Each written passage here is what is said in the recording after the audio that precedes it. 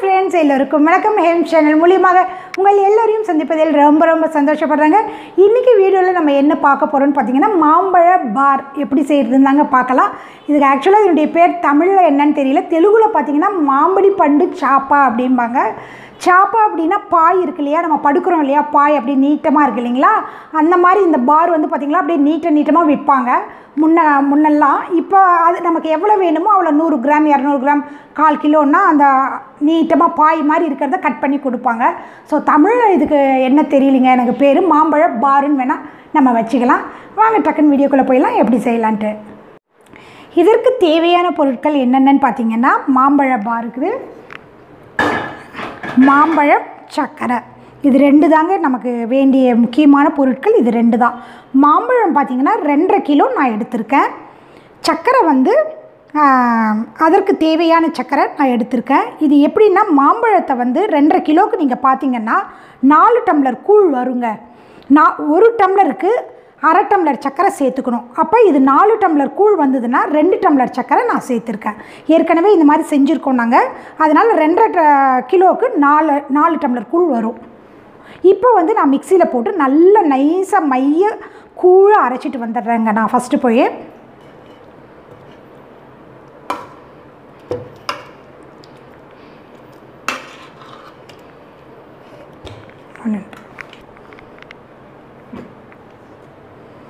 இப்போ பார்த்திங்கன்னா நல்ல நைஸாக, கொஞ்சம் கூட மாம்பழ அந்த இதுவே இருக்கக்கூடாதுங்க, நல்ல நைஸாக அரைச்சிட்டு வந்துடணும். இன்னொரு தடவை இது இருக்கிறத மீதியை நான் இன்னொரு தடவை அரைச்சிட்டு வந்துடுறேன்.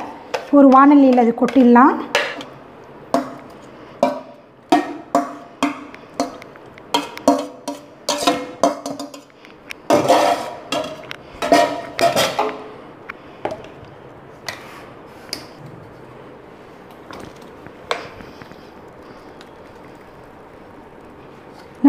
நல்லா கழுவிருக்கங்க.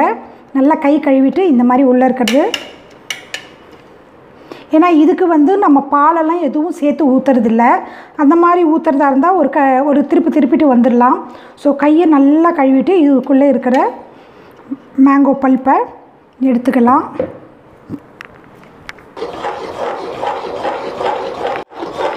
விடாமல் ஒரு 15 நிமிஷம் வந்து இந்த மாதிரி கலந்துக்கிட்டே இருக்கணும். நம்ம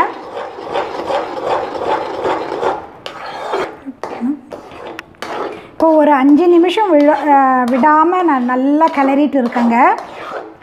கொஞ்சம் கெட்டியாக இருக்குது கூழ்.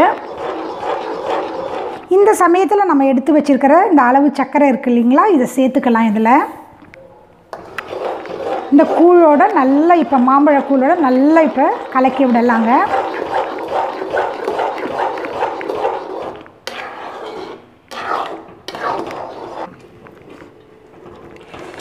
நாலா பக்கமும் தெரிக்குதுங்க. அதனால தான் நான் மூடி வச்சு பக்கத்துலேயே இருந்து விடாமல் கலந்துக்கிட்டே இருக்கிறேன்.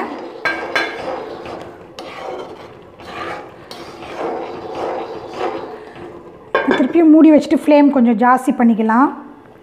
எரிக்கிறப்ப பார்த்திங்கன்னா உடனே எறும்பு வந்துடுங்க. இந்த மாதிரி துணியை வச்சுட்டு ஒரு பிளாஸ்டிக் கிண்ணம் வச்சுட்டு நம்ம வந்து தொடச்சிக்கிட்டே இருந்தோன்னு வச்சுக்கோங்களேன், நல்லாயிருக்கும். இந்த மாதிரி பக்கத்துலேயே ஒரு இது வச்சுட்டு பாருங்கள், விடாமல் கலக்கணும்.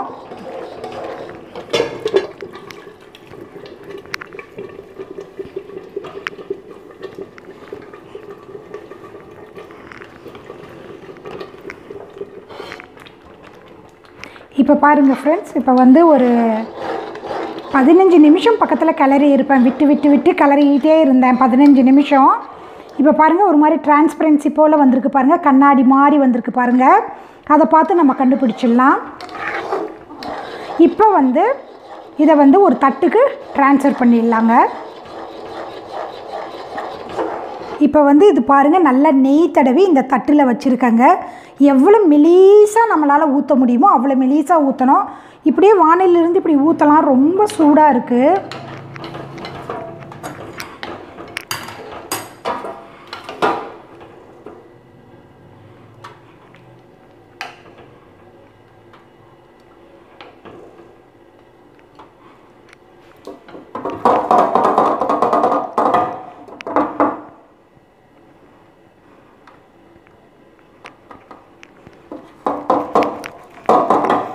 மெலிசாக ஊற்றியாச்சுங்க. இதே மாதிரி இன்னொரு தட்டில் நான் ஊற்றிடுறேன். இந்த தட்டும் பார்த்திங்கன்னா நல்ல நெய் தடவி வச்சுருக்கேங்க.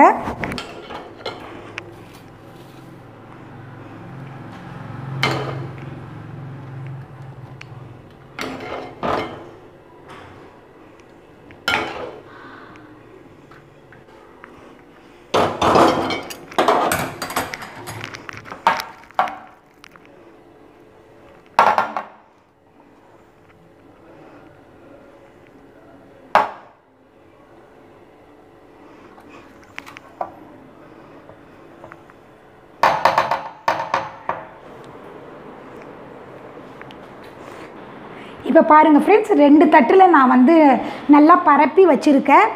ஸோ ஒரு அரை மணி நேரம் இப்படியே காற்று போகிற மாதிரி இப்படியே இருக்கட்டுங்க. கொஞ்சம் ஆறட்டும். நல்லா ஆறின பிறகால ஒரு காட்டன் துணியோ இல்லை வேஷ்டியோ ஏதாவது கட் பண்ணி நம்ம இதை மூடி வச்சிடணுங்க. அதுக்கப்புறம் பார்த்திங்கன்னா காலம்பரை பார்க்குறப்ப நான் செஞ்சது நைட்டில் செஞ்சுருக்கேன். காலையில் பார்த்திங்கன்னா நம்ம சன்லைட் வந்த பிறகால சூரிய கதிர்லேயே இது வந்து காயணும். நல்ல வெயில் படுற இடத்துல நல்லா நம்ம மூடி வச்சுட்டு அப்படியே பார்த்திங்கன்னா ஒரு 2 நாள் இல்லை 1 நாள் இல்லை 2 நாள் அந்த மாதிரி சூரிய கதிர்லேயே இருக்கிற மாதிரி வச்சு எடுக்கணும். ஒரு 2 நாள் கழித்து நம்ம வில்லைகள் இது போடலாங்க.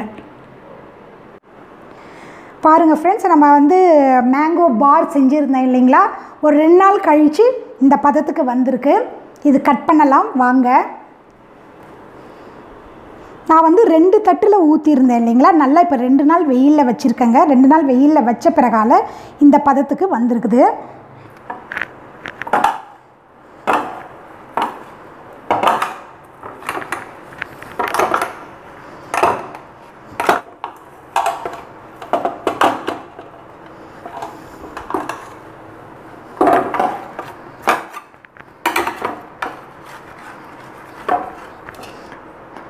பாருங்கள் ஃப்ரெண்ட்ஸ், மாம்பழ பார் எவ்வளோ அழகாக வந்திருக்கு பார்த்தீங்களா? சூப்பராக வந்திருக்குல்ல, கடையில் நம்ம வாங்குற மாதிரியே வந்திருக்கு. ஸோ இந்த தட்டுது பார்க்கலாம்.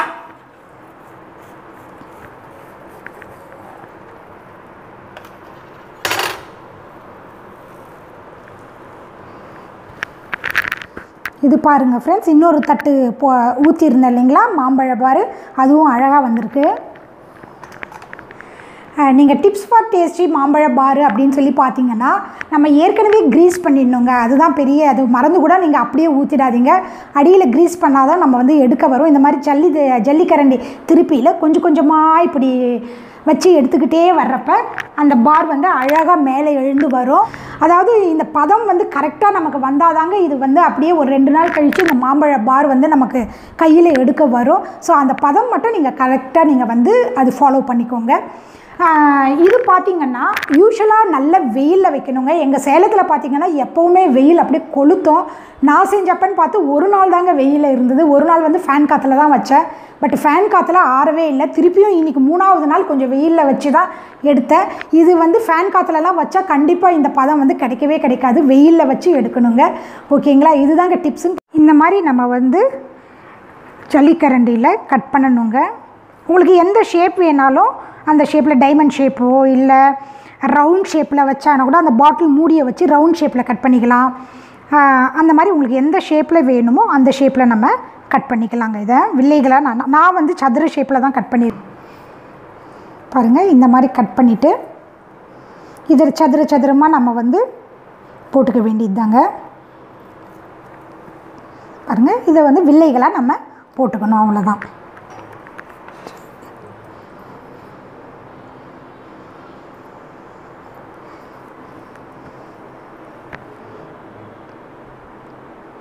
பாருங்கள் ஃப்ரெண்ட்ஸ், இது வந்து பாருங்கள் வில்லைகளாக போட்டிருக்கேன்.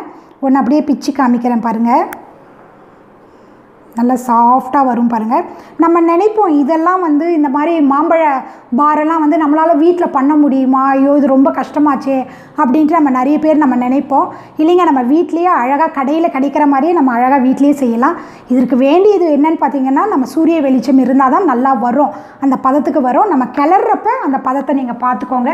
பாருங்கள் ஃப்ரெண்ட்ஸ், எல்லோருக்குமே பிடிக்கும், சின்னவங்க பெரியவங்க எல்லோருக்குமே பிடிக்கும். வயசு வித்தியாசம் இல்லாமல் இந்த பார் வந்து எல்லாருக்குமே பிடிக்கும்.